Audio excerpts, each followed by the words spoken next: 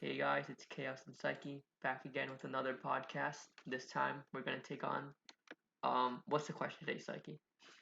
The question today, the SAT, should it be factored the way it is?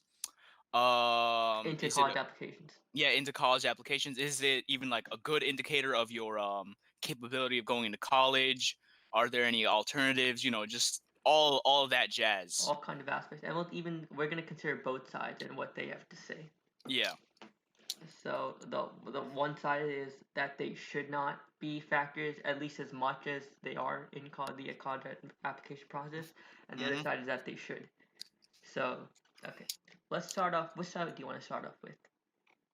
Let's start off with the let's see. Should we start off with the pro? Okay, pro. So we're saying that it should be factored in. Yeah. Let's start off with why is it factored the way it is, what it actually does, what people think it shows. Okay. So the when we say the SAT, we mean standardized tests in general. So that includes the ACT, SAT subject test, AP test, stuff like that. All these Yep. kind of like standardized tests, right? So the people who are pro in counting it as in the college applications process is because there are a lot of applicants, right? Like there nowadays, like back in the day, actually, people used to send in by mail their college application.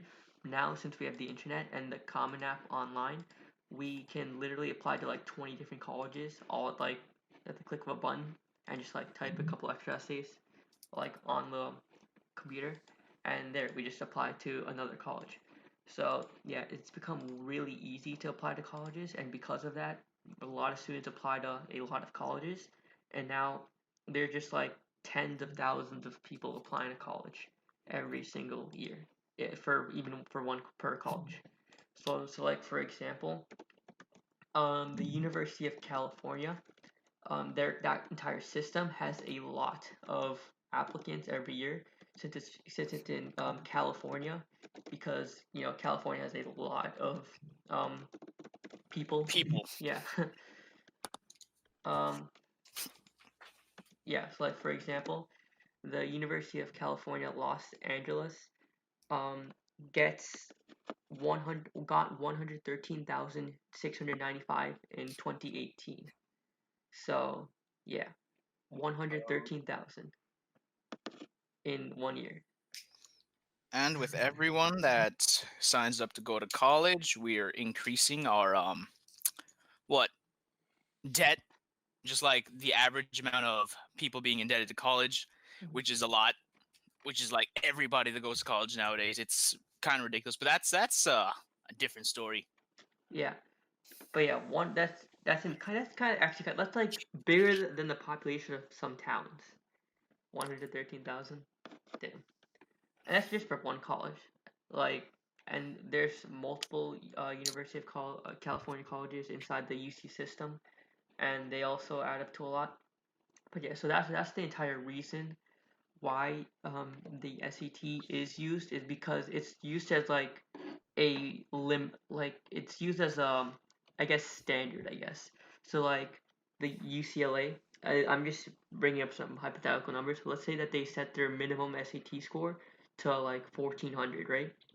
Automatically off the bat, every single applicant who doesn't meet 1400 already gets eliminated, and that significantly reduces their the applicants that they have to look through, and makes the admissions officers' lives easier to filter out and actually pick high quality candidates to be admitted. So that's one of the main reasons. It's just to like tricks insanely trim down the numbers. And then another hmm reason that that the SAT is used is to test how good you are at certain skills. So like prestigious colleges and really selective colleges, they want the best applicants, right? Um, and how they measure who is the best is how good students do academically. So the SAT, for example, tests your reading, math, and grammar skills, and so does the ACT, and ACT also has a science section too, and they both have an optional essay. So based on how you do on each of those subsections and then the total composite score, that's like how well the college admission officers see how like well you are compared to everybody else. So, some colleges will have their 25th percentile, 75th percentile like numbers. That's like to see where your score fits in the range of them, a range of test scores that of students that are admitted to the institutions. And yeah, that's just another way just to test how good you are because colleges want the best applicants. And yeah, Yeah. what else could you think of? So, eh, uh, well, I'm hearing some weird. Okay, never mind. Okay, so basically, what you're saying is that like the SAT is like a heuristic, right? Like a shortcut. So, Yeah. you mentioned like the 113,000 applicants. It would be ridiculous for each of them to go through every single applicant's worth, Hmm. stuff like that. So, in a nutshell, the SAT is putting everybody in a nutshell, giving the colleges an easy way to see which applicants, off the bat qualify and don't qualify off the SAT alone. Later, we're going to be talking about you know, if it's accurate, if it really works, like alternatives. But for now, that this is just like what they would use the SAT for. Yeah. So yeah, and then another pro reason to administer the to count the SAT and standardized tests in general is because it's standardized, right? Everybody takes the same test the same way in the same testing environment. Like that's to make sure that everyone receives a fair and equal opportunity to do well on it because, um, some school districts have like you can't really solely rely on GPA because some school districts grade differently than other school districts, and like they're graded on different curves, they're graded on different scales. It's like because like one school could have like an insanely hard curriculum and insanely like strict teachers, while another school could be like have grade inflation or whatever. So that's just another way to standardize everything, make sure everybody has like the same opportunity and same chance. But I'm gonna get to why that isn't the same, why that isn't the case in the second part of the video. But yeah, Hmm. so yeah, that's just another reason to make everything standardized and give everybody a fair and equal opportunity. Anything else you want to add? Well, pro SAT. I just like to say now that I'm not pro SAT. I don't Of think course, either of us are. yeah, none of us are. If you were in high school past like when did they make the SAT? 19 something? Yeah, 19. late 1900s. Yeah. If you went into high school past that, I'm sorry. It's probably like everyone watching this video. Yeah, I've had bad experiences with it. I'm yeah. satisfied now, of course, but some people are still taking it. Really sucks for them. Hmm. So I'm gonna. I don't know if I want to get into the counterclaim or and counter the counterclaim or how when should we? Hmm. Okay.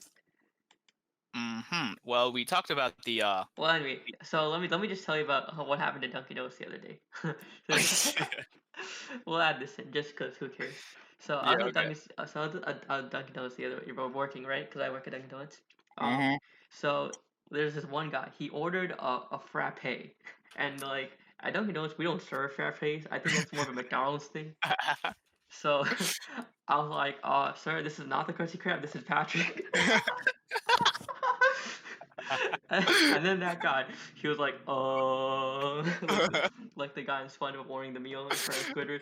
So like, I'm like, so yeah, We great. serve food here, sir. I don't even know what a frappe is, but whatever.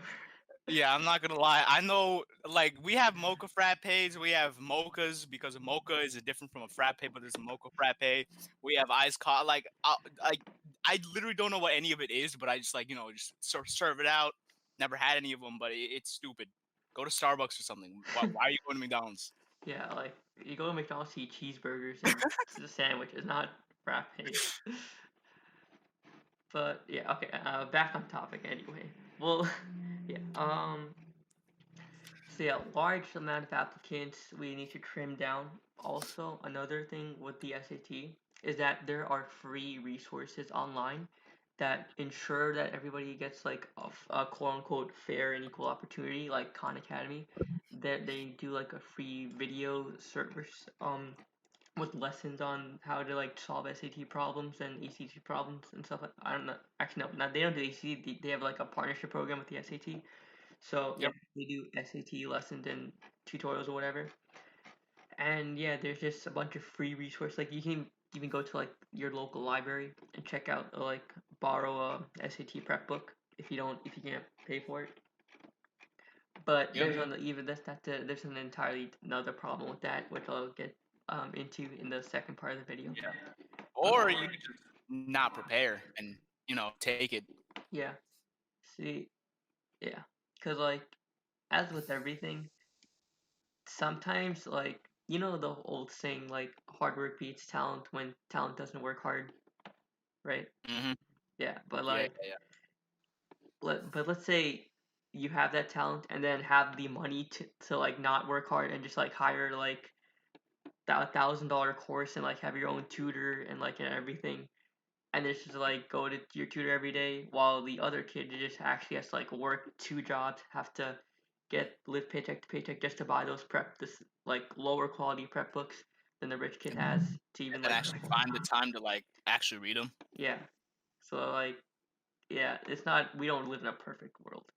So although yeah, sure the courses are free, but you know, if the rich kids are getting private tutors and like hundreds and hundreds of hours of private tutoring hours getting tutored and can buy $1,000 prep books while the other on the other spectrum of the income wage the those kids they have to literally like work jobs and have to pay like buy their hard-earned money for those prep books and somehow find the time in their busy lives. Like it's not really Yeah, fair. and they're the ones who need college the most, like Hmm. need scholarships and stuff.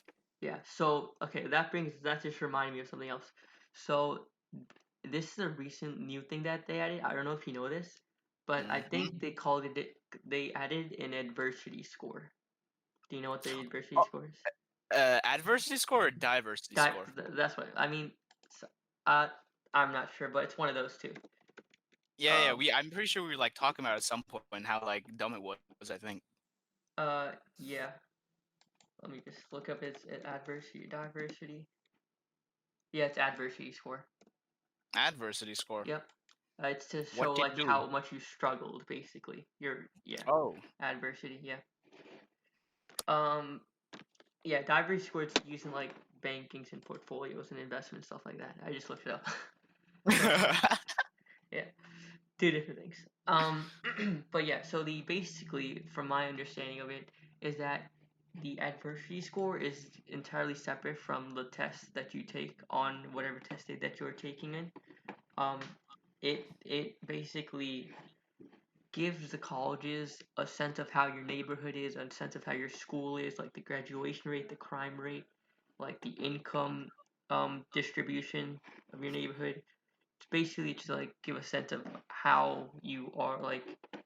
So basically, they can compare zip codes, basically, right? Like if you compare Brentwood, to actually wait, that we shouldn't say. Yeah.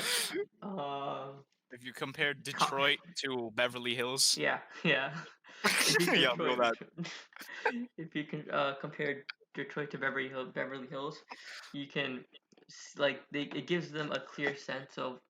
I mean so that's what it's supposed to theoretically give them a clear sense of the quote unquote adversity that you faced.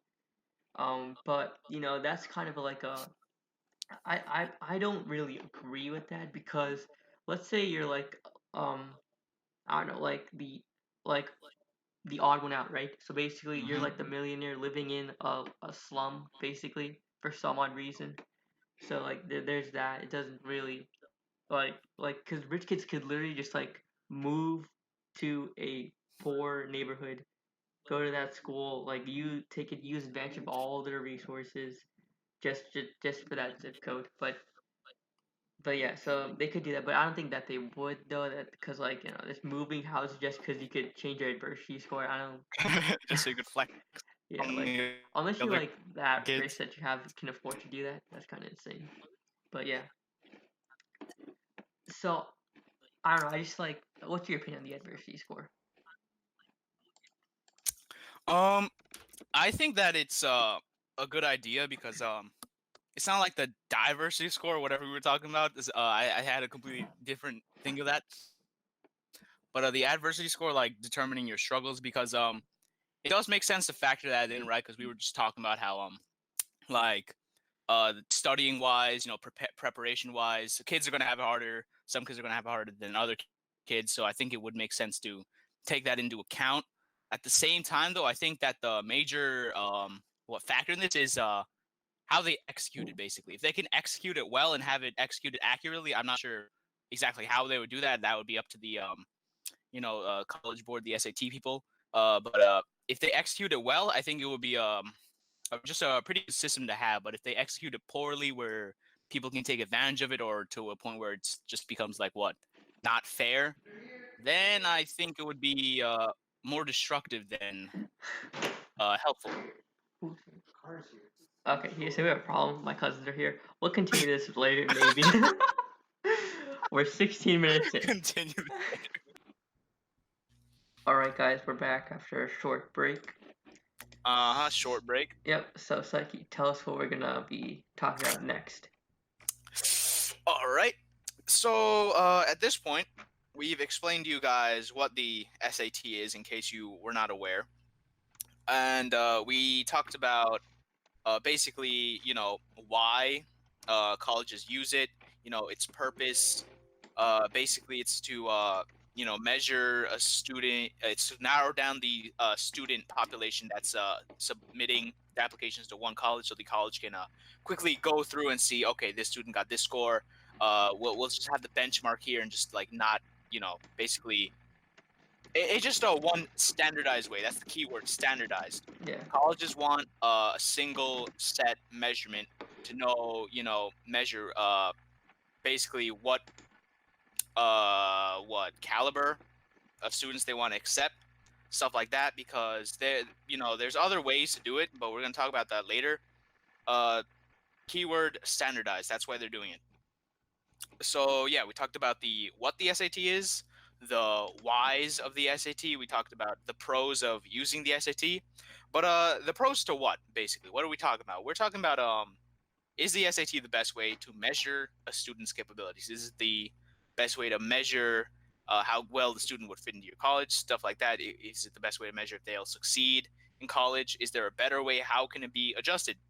So we already hammered down the pros a bit, right?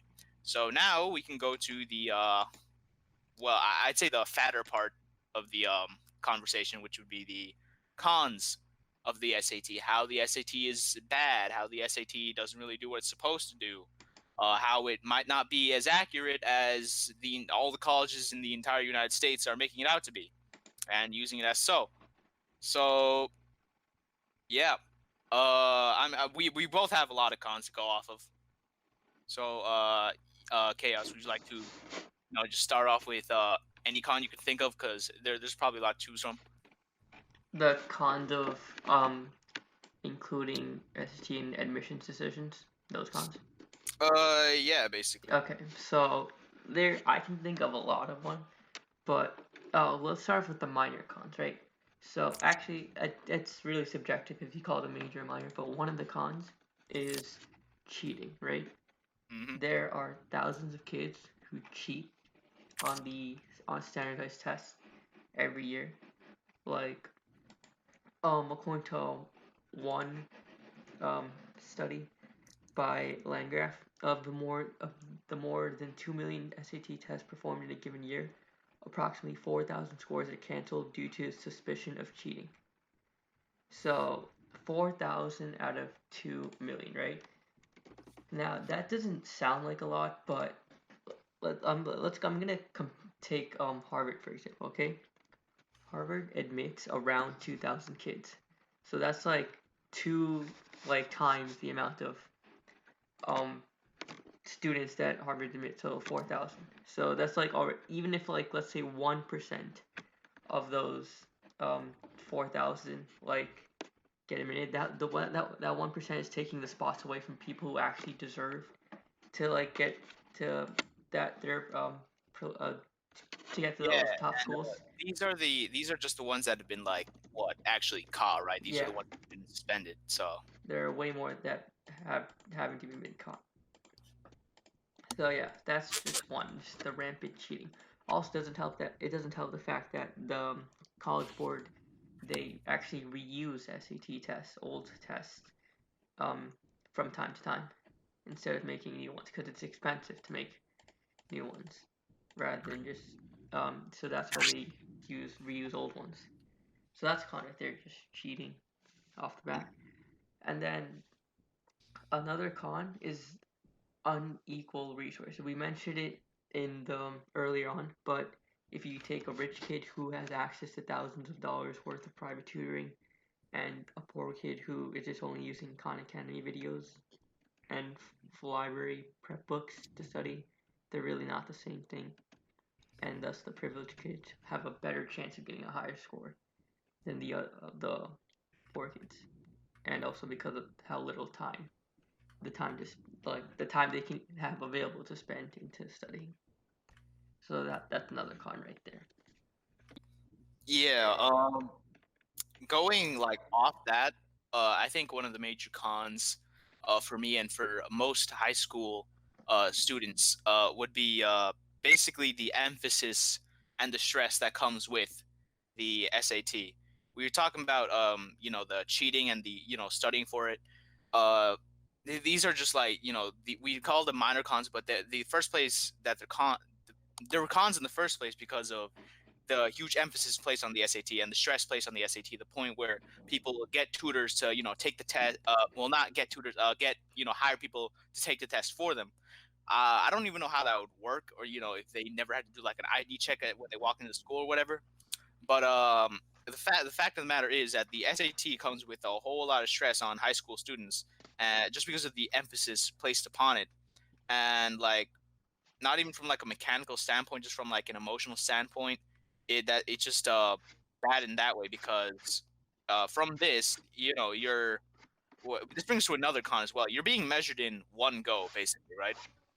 There's one test score. It's going to be your benchmark. It's going to be a large majority, or at least it's going to be a very considered factor in your college admissions next to your transcript and everything. But this is going to be one of the large factors considered because it's standardized, right? It's standardized, and it's a problem because you're being measured by that one number. 800 1600. You're being measured by that sole number. I know you can retake it, right? But there's nothing like it's still going to be one number each time you retake it. Yeah. So, and here's another con, right? So I'm gonna ask you a series of questions, and you're just gonna tell me you're like yes or no. Okay. Okay. Okay. So, what is the SAT used for? Like, why do we take Uh, it? let's see. What is the SAT used for? It's an aptitude test, so it's supposed to be measuring Oh, wait, hold on. Let me rephrase the question. Yeah, yeah, okay. Okay. Um, do college admissions officers use the SAT to get into college for college admissions? uh, yeah. Okay. So, what is college for then? What is like college Why do we as? go to college? Why are we going to college? Um, the overarching goal will be so you can use it as a bridge to get a job. Yes. Okay. And where in your job will you be required to take tests for a living? All right, I see where I see where this is going. Yeah. This was an old trick that my history teacher roasted us on when we were debating him on this topic. Well, That yeah, man destroyed us. yeah, Anyway. it's a pretty hyper specific job. Yeah, so you're not going to be taking math and reading tests under a time constraint as well in freaking work environment. Yeah. So that's where you can see, like, they're really the only point of this test. The main point is to whittle down who is good enough to basically go to that top or go to that school, whatever the cutoff limit is. Yeah. Yeah, it doesn't really help you for any job or higher level education. Yeah, because a lot of what the top colleges they're pretty good in a lot of major factors, Yeah. right? Just not like one thing. Of course, you might go to a college for like because they're really good in one thing, but at the Hmm. same time, they have more than just that major they're really good in.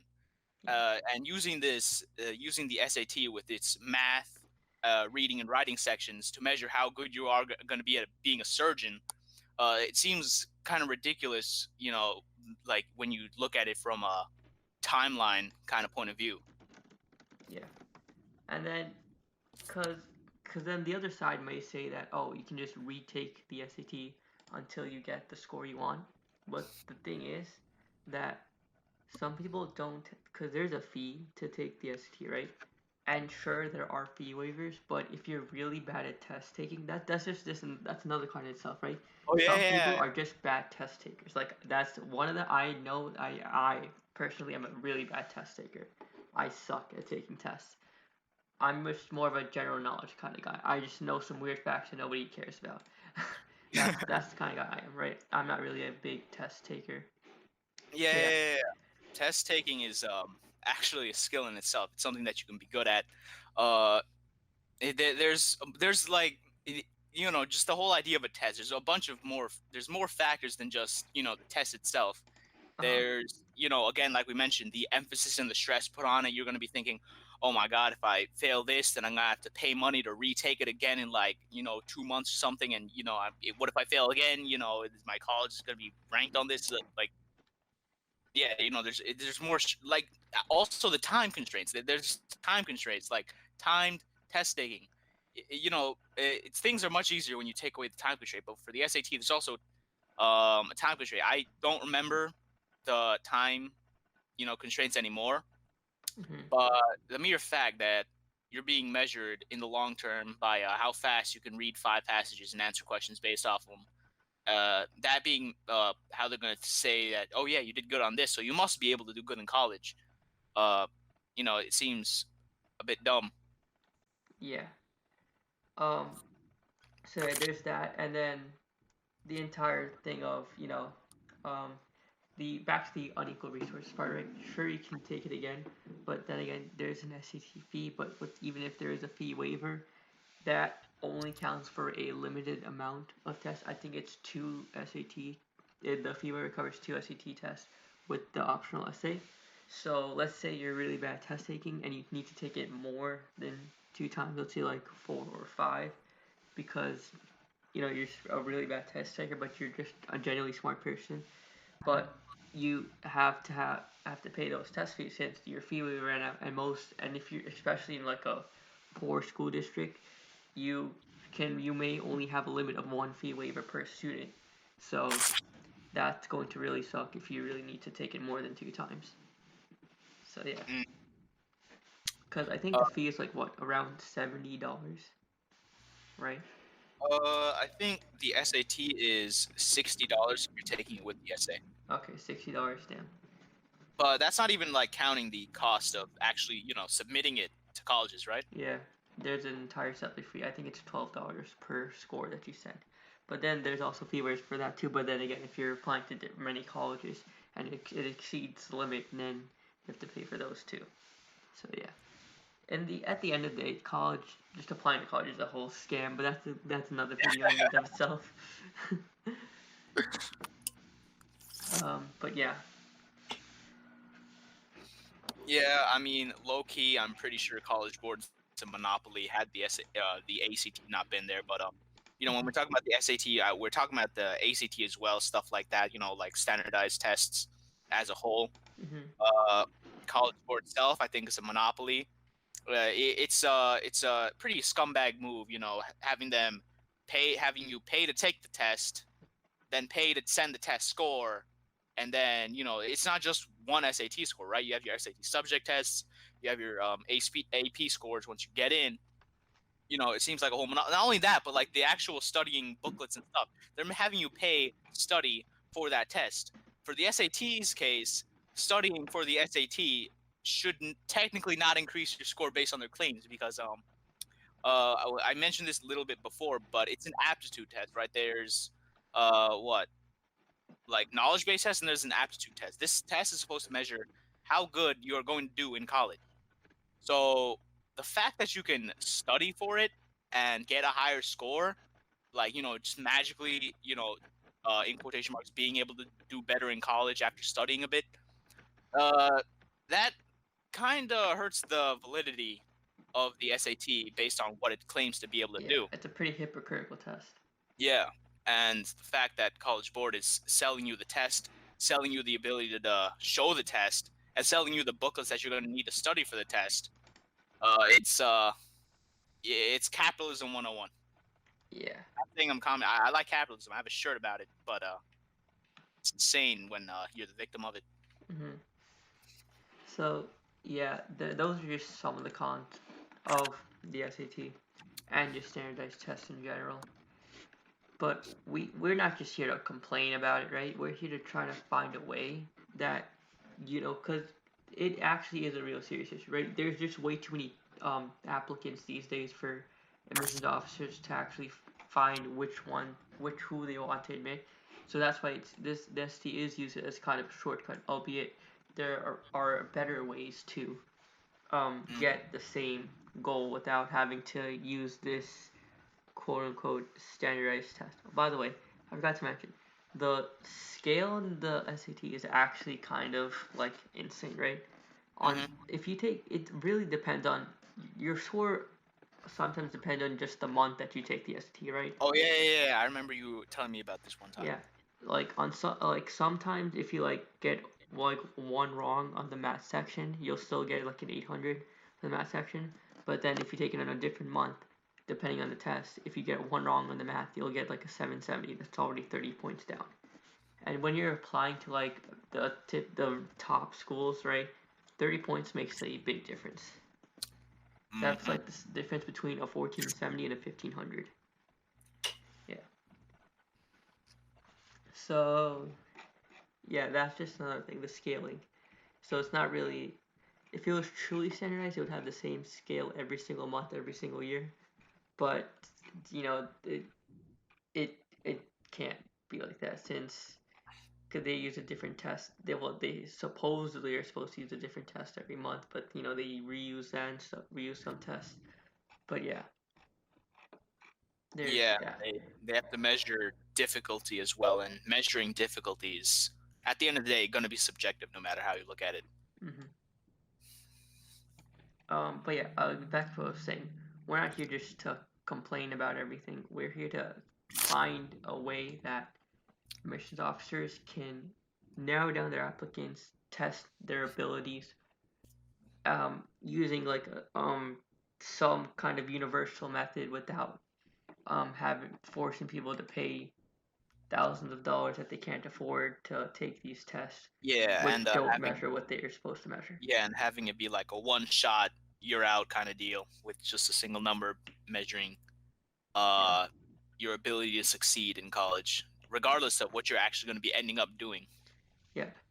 But so one of the counterclaims for that thing is that the SAT is only one part out of many different parts of the college application process. Like um, the college admissions officers, they use essays, GPA, letter of recommendation, interviews, course report, like stuff like that. But then again, if you like ask admissions officers what are like the biggest things that they look at, number one is GPA and course report, and then number two is standardized test scores. So it clearly is a really big part of the admissions process. But the question we're trying to make it, we're not trying to get like, so we're trying to not make it as important as it is right now, right? Mm-hmm. Sure, you can have like, so okay, here's a simple solution, right? Maybe you could have like a very low cutoff score just to like whittle down them. Like, so I'm going to take like, I don't know, let's take the number one college, right? I'm not going to name any college. I'm just going to say number one college, right? Let's say Okay. this number one college um, has a low cutoff score of like a 1400 or 1450 or whatever, right? Yep. So anyone who gets below that won't like make the cut basically, right? But everybody who gets above that will be considered equally, right? So like it Hmm. doesn't matter if you have like a higher score than someone else, just like you're all equal. All you have to do is get above a 14, whatever, 50, let's say. What do you think of that idea? Um. Because in this way, this literally is of an effective whittler, right? Because one of the main point of the SAT is to whittle down applicants, and then you could use the course score and GPA and their extracurriculars and everything else to determine how good they actually are. Oh yeah. Okay. Okay. I see what you're saying. Um. So I suppose that would work as a whittler, like have a bottom line. If you can't, if you don't, that would also help the students, I suppose, because usually the SAT score is like a what you say they their average SAT score is like what 1450, right? Yeah, If you get like a 1420, you might be like, oh my gosh, or, but it's not the end of the day for you. You can still get retake the it. yeah, you could retake it. You could might manage to sneak in with some extracurriculars, good Yeah, course record, transcript, stuff like that. If they have the end all cutoff record, that would do the purpose that they want of whittling down students who get below that score. While it may hurt their morale if that was a college they wanted to go to, that they just can't get the score, even after retaking it, they wouldn't have to waste money, like going, setting a lower SAT score than the average, just to have it be sent back saying, "Oh yeah, you don't qualify." yeah. And here's another thing, right? There doesn't have to be like a hard line. There could be a soft line and a hard line, right? So the Hmm. 1450 could be the soft line. But the hard line could be 1400, right? Yeah. Like, so what I mean by that is like, let's say you get like a 1410 or something, right? Hmm. Sure, you may be disadvantaged, but it's not the end, right? But if you Yeah. get like a 1390, then it's like, okay, you have to get that score up or else it's not gonna work out for you. Like, let's say you get a 1410, but you have the extracurriculars, you have the interviews, you have like the letter of recommendation to show that you are actually capable of being a really good student. That could, boost you over the edge. So there could be a soft line and a hard line. Yeah. So there's like a line of, if you don't even get past, you're not even going to be in consideration. Hmm. So yeah, I see what you're saying. That is a possibility. Yeah. So what do you think? What do you have? Any ideas to make a compromise? Make a compromise, make the SAT better. Well, I suppose what I would, try to do is the test itself. I want to somehow have it measure what it's supposed to measure. I don't even know how aptitudes are supposed to work. How it can measure your future potential. But question wise, I'm trying to think of what I would do to the questions of the SAT to make it work. I Standardized wise, I think it's standardized. Validity wise, there's a lot of evidence to suggest that it doesn't measure how successful you're going to be in college. More as just the whittler and benchmark they use it as. But the method that you're saying about having the soft cutoff and the hard cutoff, Hmm. I suppose that would work because people wouldn't have to look at the college and say, "Hey, you know what? I'm going to try to get in." Colleges wouldn't get as the ridiculous amount of admissions from people who won't even qualify. If they can say, okay, 1400, that's the cutoff. If you get below that, we won't even consider it. We won't even accept your admission. Then they wouldn't get those admissions. People would stop wasting money on admissions that they have no hope for. It would hurt their feelings, sure, but it won't hurt their wallet. Um, yeah, I Yeah. suppose that would make the SAT a more like a better way to whittle down the students at the same time, while being what accurate, Hmm. good. Yeah. So I here's another option. This Door number option two. might be a little controversial, but I was thinking that maybe we could have a universal limit on how many colleges you apply to, just so this could help in a number of ways. Number one, first it'll lessen the amount of applicants, so that officers can spend more time with each individual one instead of like mass checking um all the college applications. and then number and two, it can let's see. One sec. What can Well, it would say it would basically Oh force yeah. the app. Okay, shut up.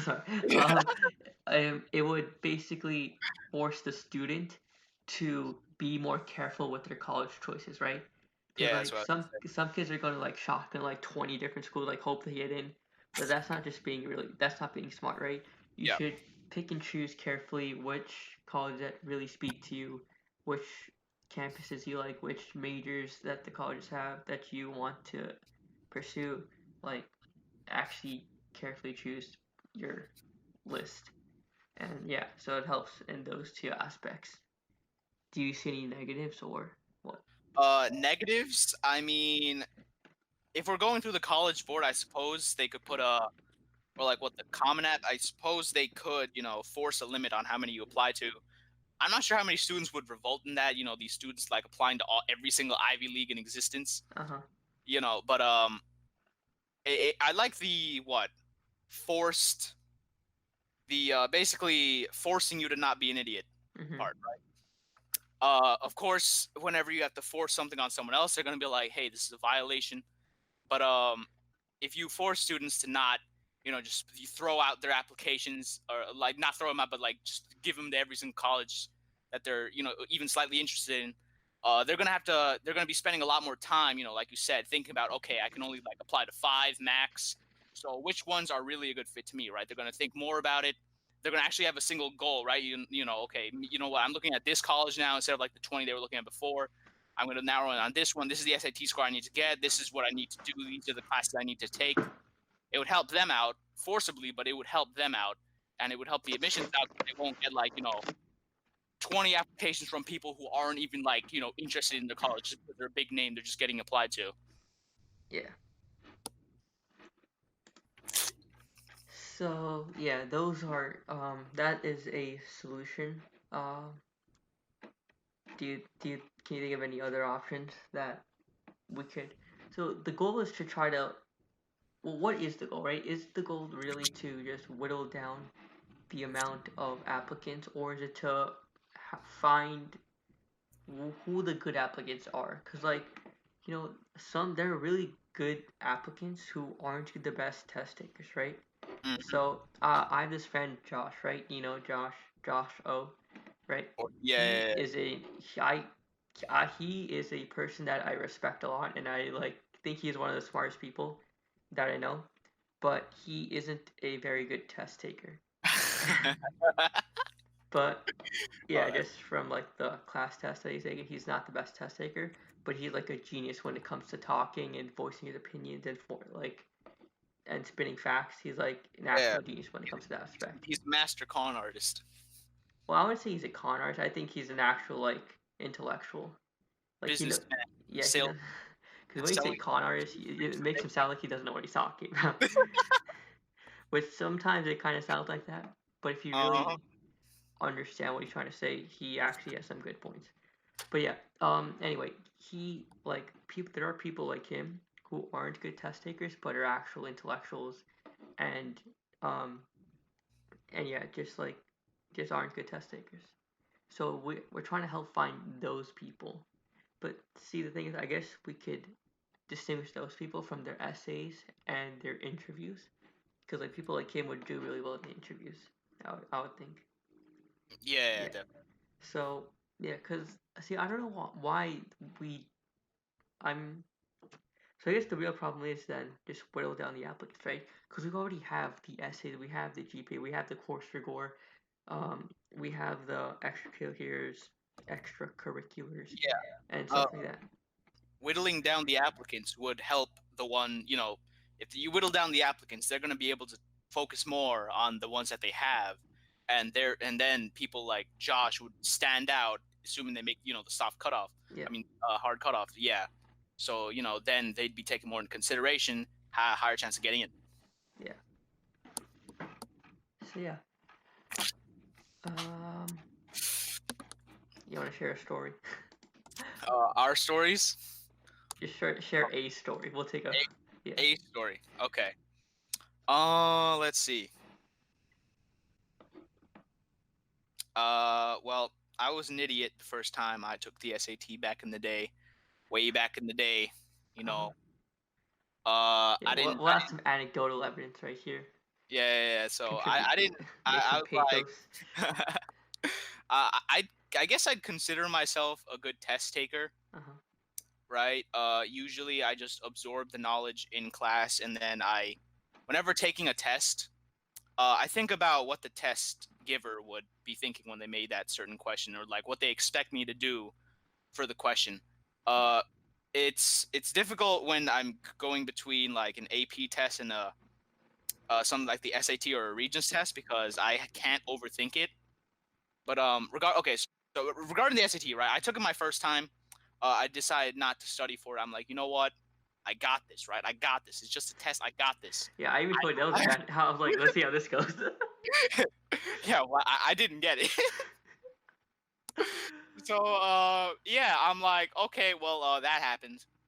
I guess I'll take it next month, but this time, study, a concept that I haven't thought I'd need to do, but I decided to study for this thing. And I did the things. I forgot what I did to study, but I know that I did study. I made up a schedule. I didn't really follow the schedule, but I kind of did the schedule of studying. I spent a couple of hours interspersed, and then I got excuse me, I'm drinking Pepsi. And then I got a better score. Then I was satisfied with that. I didn't feel like taking the ACT because the late fee was stupid. I was not going to pay $97 for a freaking test. That's how my SAT story went out. It didn't go horrible. Yeah, I have a bit of a different story, but it shares a similar. Actually, I'll just say tell us when you can make what you think of it, viewers or you. So I studied off the bat. I studied like all summer last year. Mm-hmm. I studied for like 4 months, every single day, for hours and hours at the library, just taking practice tests, learning concepts. Then when the actual test came around, I choked. I literally and figuratively. um, but yeah, I ended up getting a bad score. At least in my respect, because some people might think of what the score I got was actually a good score to them. It's all Yeah. in like perspective, and yeah. But I was like, you know what? Screw the college board. I'm going to the ACT. So then I studied some more. I actually think I studied less for the ACT than I did for the SAT, which is actually kind of insane. And then I got like a really good score. And it's comparable to psyche score if you do like the charts and the tables and compare them. Mm-hmm. It's like in the same range as that. Um, but yeah, I actually switched tests just to see, hey, maybe I'll do better in that one, and I did. So yeah. Yeah, and the fact that you could get, what I'd say the appropriate score that you should have gotten on the ACT, but did bad on the SAT. Meanwhile, while both are supposed to do the same thing, brings into question their validity. But Mm-hmm. that's fine. But yeah, see, that just goes to show that we're not just like complaining because we got bad scores and we're just too lazy to study for it and stuff like that. No, we actually are satisfied with the scores we got, but it's just that this shouldn't exist. Yeah, or the suffering we've gone through, the trauma, it's yeah, too much. it's like back in the day when we were trying to get rid of the Common Core tests. Like Mm-hmm. those serve no purpose at all. New York City is the only state that does this. I'm like, okay, We're trying to be hip. yeah. Um, but yeah, so that's that's basically the gist of this entire conversation. So yeah, you want to recap what we talked about? Yeah, sure. So, the overarching question originally was the SAT, well, should the SAT be factored as much as it is in college admissions? Some questions were like, is the SAT the best way to measure a student? Is there a better way? Compromises, how can it be adjusted? Stuff like that. We talked about what the SAT is, right? It stands for what? Scholastic Aptitude Test? Yeah. Aptitude test, keyword aptitude. Mm-hmm. But we talked about what it is. We talked about why colleges are using it. Main word, standardized, break off, whittling down. We talked about the pros of utilizing the SAT in this fashion, utilizing it in the way it's supposed to be used when compared to other things. Then for the other half of the video, we talked about basically the problems with the SAT, which were far numerous than the pros of using it. Mainly on the student side, being the more problem part of it. We talked about how, the stress it puts on students, how this single number is going to be determining if you're even worthy of being considered for a certain college, how it's like the second most considered part of your admissions test. Yeah, and just like the fact that like that number is what defines you, I just don't really drive with that concept, right? You're just a number to the college admissions officers. Yeah, I understand like standardizing and organizing things, but whittling down students to a single number, like even when their future job isn't even going to hinge on like the skills, Hmm. skills and quotation marks of that test, it doesn't seem, right. There's a famous quote that's Yeah. like, "It's better to know how to golf than to know calculus," because all the business deals are done at golf courses, while like calculus that's used for like mathematicians who can't even make six figures. Yeah, I thought you were gonna say Einstein's quote on judging a fish's ability based on how well it can climb a tree. Yeah, that works too. But but the golf courses. But yeah. So yeah, Uh, that's basically all we talked about. Near the end, we were trying to think well, more like Chaos was trying to think of compromises. Well, I was like, oh yeah, that's pretty. So yeah, compromises, ways to adjust it. okay, I Uh, just want to bring up two more things. yep. So one is when you're applying to specific schools, like let's say music schools, right? They also for some reason require the SAT, and I'm not sure why. Wait, If they they do. label some music schools, so that just like goes to show that That's whack. yeah, if you're going to go to a specialized schools for a certain subject, like and only for that specific subject, you should be required to take a standardized test that measures your standard knowledge. So yeah, that's one thing. And the second thing is actually maybe another compromise. So what do Hmm. you think of using IQ tests instead? IQ test. Because that actually kind of measures aptitude rather than because you can't really Oh yeah, study for but an IQ test. yeah. Literally speaking, you can't study for an IQ test. But I think the OG IQ test, the actual The IQ Briggs Myers test. one, or was it the Stanford Yeah, Binet? No, the yeah, Briggs Myers is personality, so I think Stanford Binet IQ test. the one that basically only works until you're a teenager and Hmm. then it just stops working. It only works when you're a kid, measuring how good your IQ is. I'm pretty sure it was actually pretty effective, right? 4-year-olds getting the proper IQ that they actually end up growing up to be, but after a certain point, it doesn't work age-wise. Hmm. So I suppose if you make some kind of IQ test that isn't that one and like basically standardize an IQ test, Uh, it should work because like perspective like things like we did near the end of the school year in like psychology, like yeah, remember we did what that thing with the cubes, the boys versus girls. You can't study for being able to visualize a piece of dice and what side the two would be on. You just can't study for that. You can't make study uh-huh. books for that either. You can't like I know that doesn't measure IQ, but stuff that would measure IQ, like how quickly you can think, how many ideas you can come up with, stuff like that. You can't study for that, and the fact that you can't study for it would make it a good aptitude test. Yeah. So I wonder, does like IQ measure like your cause like the thing about that is like sometimes the IQ thing can't measure your skills if you know what I mean. Like for example, Yeah. like let's say Josh right took an IQ test right, Hmm. and let's say he did very bad at it, but like his speaking skills are like I don't think IQ tests measure speaking skills, do they? Um, Or I'm like let's pretty say sports skills or like the other types of skills that well, like yeah. I mean, I'm pretty sure an IQ test wouldn't be able to determine how well I can draw or how well I can, stick my shoe into the ground. I think it's an intelligence quotient. I'm pretty sure it measures how fast you think, something like that, something with intelligence. But at the same time, there's, yeah. as we heavily discussed, Yeah, let's see here intelligence is a thing. so here's one pro of the SAT, right? They actually allow, if you have like a mental disability or need extra time, you can actually get extra time if need be. But I don't think extra time can apply to an IQ test, right? Yeah. Or it can. I don't know. I mean, the thing is, if you take so if you like say you're on the part of the IQ test where they measure like how quickly you can think, how quickly you can visualize, stuff like that. Because I'm pretty sure an IQ test is just supposed to be, like how good your brain works. Mm-hmm. If you need extra time to do something, that's just gonna lower your score Yeah. in theory, shouldn't it? Yeah. So I guess like for those type of people, IQ tests wouldn't be the best option, since you know, yeah. So I guess that the only way for them would be to just study for a test. Hmm. Yeah. I guess it's more complicated than I thought. It's always more complicated than anyone Yeah, thinks. you can never make everybody happy. That's just like the one rule of Yeah, life.